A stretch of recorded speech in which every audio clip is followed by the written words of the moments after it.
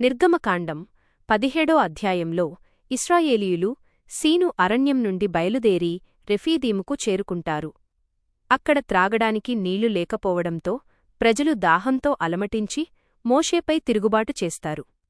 మోషే దేవునికి మొరపెట్టగా హోరేబులోని బండను నీ కర్రతో కొట్టమని యెహోవా సెలవిస్తాడు.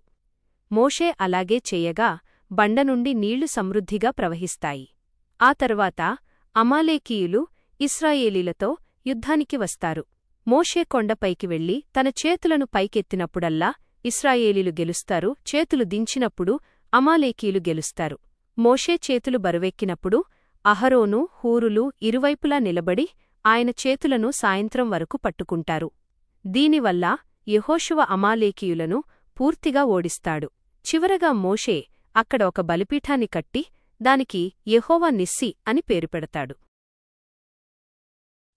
నిర్గమకాండం 17 అధ్యాయంలో ఇశ్రాయేలీయులు సీను అరణ్యం నుండి బయలుదేరి రెఫీదీముకు చేరుకుంటారు. అక్కడ త్రాగడానికి నీళ్లు లేకపోవడంతో ప్రజలు దాహంతో అలమటించి మోషేపై తిరుగుబాటు చేస్తారు. మోషే దేవునికి మొరపెట్టగా హోరేబులోని బండను నీ కర్రతో కొట్టమని యెహోవా సెలవిస్తాడు.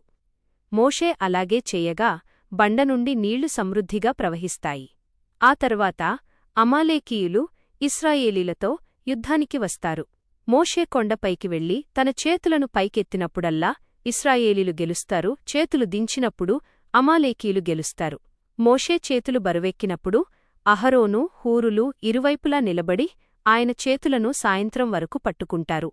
దీనివల్ల యెహోషువ అమాలేకీయులను పూర్తిగా ఓడిస్తాడు. చివరగా మోషే అక్కడ ఒక బలిపీఠాన్ని కట్టి దానికి యెహోవా నిస్సి అని పేరు పెడతాడు.